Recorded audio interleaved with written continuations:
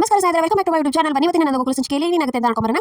ಮಾಧವ ಕೇಶವ ವಲ್ಲಭ ಎಲ್ಲರೂ ಕೂತು ನಿಂತಿರ್ತಾರೆ. ಅವಾಗ ಮಾತಾಡ್ತಾನೆ, ನನ್ನ ಪ್ರಿಯಾನ ನಾನು ಹೇಳ್ದೆ ತಪ್ಪು ಮಾಡಿದ್ಲು, ನನ್ನ ಕ್ಷಮಿಸಿದಿಂದ ನೀವು ಅವರಿಬ್ಬರು ಕ್ಷಮಿಸ್ಬಿಡು ಅಂತ ಹೇಳಿ ಮಾತಾಡ್ತಾನೆ. ಆಗೋದಿಲ್ಲ, ಅದರಿಂದ ಅಪ್ಪನಿಗೆ ಅವಮಾನ ಆಗಿದೆಯಾ, ಇದು ಬೇರೆ ನೀನು ಹೇಳಬೇಡ ಅಂತ ಹೇಳ್ತಾನೆ. ಅಷ್ಟರಲ್ಲಿ ವಲ್ಲಭನಿಗೆ ಒಂದು ಕಾಲ್ ಬರುತ್ತೆ.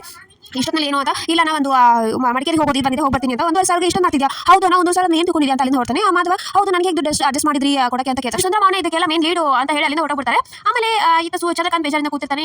ಇಷ್ಟೆಲ್ಲ ಅನುಭವಿಸಬೇಕು ಅಂತ ಇಂದ್ರ ಹೇಳ್ತಾರೆ. ಅಷ್ಟರಲ್ಲಿ ಸೂರ್ಯಕಾಂತ್ ಬರ್ತಾನೆ. ಯಾಕೆ ಏನಾಯ್ತು, ಹುಡುಗಿ ಮನೆ ಕಡೆ ಅವರು ಈಗ ಅಂದ್ಬಿಟ್ಟು ನಿಮ್ಮ ಮನೆ ಮಗಳು ಹುಡುಗಿದ್ದಾರೆ ಅಂತ ಚಂದ್ರಕಾಂತ್ ಹೇಳ್ತಾನೆ. ಆಗ ಸೂರ್ಯಕಾಂತ್, ನಾನು ಮಾತಾಡ್ತೀನಿ, ನನ್ನ ಮಗಳು ಸತ್ತೋಗಿದ್ದಾಳೆ, ನಿಮ್ಮ ಮಗಳು ಇಲ್ಲಿ ರಾಣಿ ಆಗಿರ್ತಾಳೆ ಅಂತ ನಾನು ಮಾತಾಡ್ತೀನಿ ಅಂತ ಹೇಳಿದ ತಕ್ಷಣ ಇಂದ್ರ, ಅದೇನಿಲ್ಲ ಬಾಬಾ, ನೀವು ಈ ಥರ ಮಾಡ್ತೀರಾ, ಆದರೆ ಅದಕ್ಕೆ ಕಲಾಕ ನೀವು ಒಡೆ ಕೊಟ್ಟೆ, ಅದನ್ನ ಕೊಟ್ಟೆ, ಇದನ್ನ ಕೊಟ್ಟೆ ಅಂತೆಲ್ಲ ಮಾತಾಡಿದ್ರೆ ಯಾರು ಇದಕ್ಕಿರ್ತಾರೆ ಅಂತ ಮಗಳು ಚುಟ್ಟು ತೊಗೋದು ಅಂತ ಎಲ್ಲ ಹೇಳ್ತಾರೆ. ಅದಕ್ಕೆ ಅವಳಿಗೆ ನೀನು ಎಷ್ಟೇ ಹೇಳಿದ್ರು ತಾಯಿ ಪ್ರೀತಿ ಕಡಿಮೆ ಆಗೋದಿಲ್ಲ ಚಂದ್ರು ಅಂತ ಹೇಳಿ ಅವರಮ್ಮ ಹೇಳಕ್ ಬರ್ತಾಳೆ. ನೀನು ಅಷ್ಟು ಕತ್ತರಿಸ್ತೀವಿ ಅಷ್ಟು ಬೆಳ್ತಾನೆ ಇರುತ್ತೆ, ನನಗೂ ಅದೇ ತರ ಈ ಗಿರ್ಜನ್ ಮೇಲೆ ಇದಿದೆ, ಬಾರೆಲ್ಲ ಹೋಗೋಣ ಅಂತ ಹೇಳಿ ಹೊರಟೋಗ್ತಾರೆ. ಮಾಧವ ಪ್ರಿಯ ರೂಮಲ್ಲಿ ಇರ್ತಾರೆ. ಮಾಧವ ಯಾಕೆ ಟೆನ್ಷನ್ ಆಗಿದ್ರೆ, ಇಲ್ಲ ಅವರು ದುಡ್ಡು ಅಡ್ಜಸ್ಟ್ ಮಾಡಿಕೊಟ್ರು, ಅದೇ ಕೊಟ್ಟರು ಅಂತ ನನಗೆ ಗೊತ್ತಾಗ್ತಿಲ್ಲ, ಅದೇ ಕೊಡ್ತಾರೆ, ಅವ್ರು ದುಡಿತಾರಲ್ಲ ಕೊಟ್ಟಿದ್ದಾರೆ, ಅದಕ್ಕೆ ಮಕೇಶ್ ಒಂದು ಅಪ್ಪ ದುಡ್ಡು ಕೊಡೋದಿಲ್ಲ, ಹಾಗೆ ಅವಳ ಬಂದು ಅವನು ಕಮಿಟ್ಮೆಂಟ್ ಜಾಸ್ತಿ ಇದೆ, ನಿಮಗೆ ಗೊತ್ತು, ಹಂತದಲ್ಲಿ ಕೊಟ್ಟಲ್ಲ, ಅದಕ್ಕೆ ನಂಗೆ ಟೆನ್ಷನ್ ಆಗ್ತಿರೋದು ಅಂತ ಹೇಳ್ತಾನೆ. ಅದಕ್ಕೆ ಪ್ರಿಯ, ಹೌದು ನಾನು ಏನಾದರೂ ಹೇಳಕ್ ಬಂದಾಗ ಇವ್ರು ಈ ತರ ಹೇಳ್ತಾರೆ ಅಂತ ಹೇಳಿ ಪ್ರಿಯ ಅನ್ಕೊತಾರೆ. ಮಾರನೇ ದಿನ ವಲ್ಲಭ ಕೇಶವ ಇರ್ತಾರೆ. ಗಿರಿಜಾ ಬಂದು ಕಾಫಿ ಕೊಡ್ತಾರೆ. ತುಂಬಾ ಚೆನ್ನಾಗಿದೆ, ನಾನು ಮಾಡಿದ್ದಲ್ಲ ಮೀನಾ ಮಾಡಿದ್ದು ಅಂತ. ಅದಕ್ಕೆ ಮಾತಾಡ್ಸೋ ಅವರಿಬ್ಬರು ಮನೆಯಲ್ಲ ಕ್ಷಮಿಸಿದ್ದಾರೆ, ನಿಮ್ಮಿಬ್ಬರದೇನು ಅವ್ರಿಗೆ ಏನಾದರೂ ಹೇಳ್ಕೋಬೇಕು ಅಂದ್ರೆ ಅವ್ರ ಮನೇನೂ ಇಲ್ಲ, ಈ ಪರಿಸ್ಥಿತಿ ನನಗೂ ಬಂದಿದ್ದು, ಅವಾಗ ನಿಮ್ಮಪ್ಪ ಈ ತರ ಮಾಡಿದಕ್ಕೆ ನನಗೂ ಬೇಜಾರಾದಾಗ ನಿಮ್ಮ ಅಪ್ಪನೇ ಇದು ಮಾಡಿದ್ದು, ಇವಾಗ ನೀವೇ ಮಾತಾಡಲಿಲ್ಲ ಅಂದ್ರೆ ನಾನು ನಿಮ್ಮ ಜೊತೆ ಮಾತಾಡಲ್ಲ ಅಂತ ಅಲ್ಲಿ ಹೊರಡ್ತಾರೆ.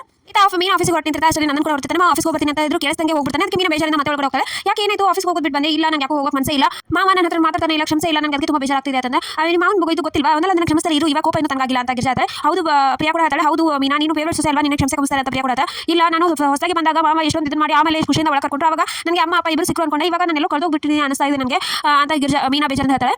ಆಮೇಲೆ ನನ್ನ ಅಂಗಡಿಲಿ ಇರ್ತಾನೆ. ಸುಂದರಂಗೆ ಏನು ಹೇಳ್ತಾನೆ, ಅಷ್ಟೇ ಮೀನಾ ಬರ್ತಾಳೆ, ಯಾಕೋ ಏನು ಅಂತ ಕೇಳು ಅಂತ ಹೇಳ್ತಾನೆ. ಅವಾಗ ನಿಮ್ಮ ಹತ್ರ ಮಾತಾಡಬೇಕಿತ್ತು ಮಾವ ಅಂತ ಹೇಳ್ತಾರೆ ಮೀನಾ. ಆಮೇಲೆ ಇದು ಅಂಗಡಿಲಿ ಗಿರಾಕಿ ಬರ್ತಾರೆ, ಇಲ್ಲಿ ಮಾತಾಡೋದಿಲ್ಲ ನಾನು ಅಂತ ಹೇಳ್ತಾನೆ. ಅದಕ್ಕೆ ನಾನು ಮಾತಾಡಬೇಕು ಮಾವ, ನಾನು ಮಾತಾಡಲಿಲ್ಲ ಹೋಗೋದಿಲ್ಲ, ನಮ್ಮ ಕ್ಷಮಿಸಿ ಅಂತ ಹೇಳೋವರೆಗೂ ನಾನು ಹೋಗೋದಿಲ್ಲ ಮಾವ, ಯಾಕೆ ನಮ್ಗೆ ಕ್ಷಮಿಸ್ತಾ ಇಲ್ಲ ಅಂತ ಮೀನಾ ಹೇಳ್ತಾರೆ. ಅದು ಕ್ಷಮಿಸಕ್ಕಾಗೋದಿಲ್ಲ, ನಾನು ಕ್ಷಮಿಸೋದಿಲ್ಲ ಅಂತ ನನ್ನ ಹೇಳ್ತಾನೆ. ಅವಾಗ ಯಾಕೆ ಮಾವ, ನಾನು ಹೊಸದಾಗಿ ಬಂದಾಗ ನೀವು ನನ್ನ ಎಷ್ಟು ಇದರಿಂದ ತಗೊಂಡು ಅವಾಗ ಅಪ್ಪ ಸಿಕ್ಕಿದ್ರು ಅಂತ ಎಷ್ಟು ಖುಷಿ ಪಟ್ಟೆ, ನಾನು ಚಿಕ್ಕಳಿದ್ದಾಗ ಜಾತ್ರೆಯಲ್ಲಿ ಕಳೆದೋಗ್ಬಿಟ್ಟಿದ್ದೆ, ಅಪ್ಪ ಸಿಗೋರ್ಗು ನಾನು ತುಂಬಾ ಅಳ್ತಾ ಇದ್ದೆ, ಒಂದೇ ಕ್ಷಣ ಅಪ್ಪ ಕಂಡ ತಕ್ಷಣ ನಾನು ಎಷ್ಟು ಖುಷಿಯಿಂದ ಅದೇ ತರ ಇವಾಗ ಮಾತಾಡ್ತಿಲ್ಲ ಅಂತ ಅದಕ್ಕೆ ನಾನು ಎಲ್ಲೋ ಕಳೆದೋಗ್ಬಿಟ್ಟಿದ್ದೀನಿ ಅನಿಸ್ತಾ ಇದೆ ಮಾವ, ಪ್ಲೀಸ್ ಮಾತಾಡ್ತಾ ಕೈ ಮುಗಿದು ಕೇಳ್ಕೊತಿರ್ತಾಳೆ. ನನಗೆ ಮನಸಲ್ಲೇ ಒಂಥರ ಆಗ್ತಿರುತ್ತೆ, ಅಯ್ಯೋ ನೀನೇ ಕೈ ಮುಗ್ತಾ ಇದೆಯಾ, ಇವಾಗ ಏನು ಕ್ಷಮಿಸಬೇಕು ತಾನೇ, ಆಯ್ತು ಸರಿ ಕ್ಷಮಿಸಿದ್ದೀನಿ ಮಾತಾಡ್ತೀನಿ ಅಂತ ನಾನು. ಅವಾಗ ಮೀನಾಗೆ ಖುಷಿ ಆಗುತ್ತೆ. ಸೊ ಇಷ್ಟು ಇವತ್ತಿನ ಸಂಚಿಕೆ ವಿಡಿಯೋ ಇಷ್ಟ ಆಯ್ತು ಲೈಕ್ ಮಾಡಿದ್ರೆ ಮರಿಬೇಡಿ. ನೆಕ್ಸ್ಟ್ ಬಾಯ್.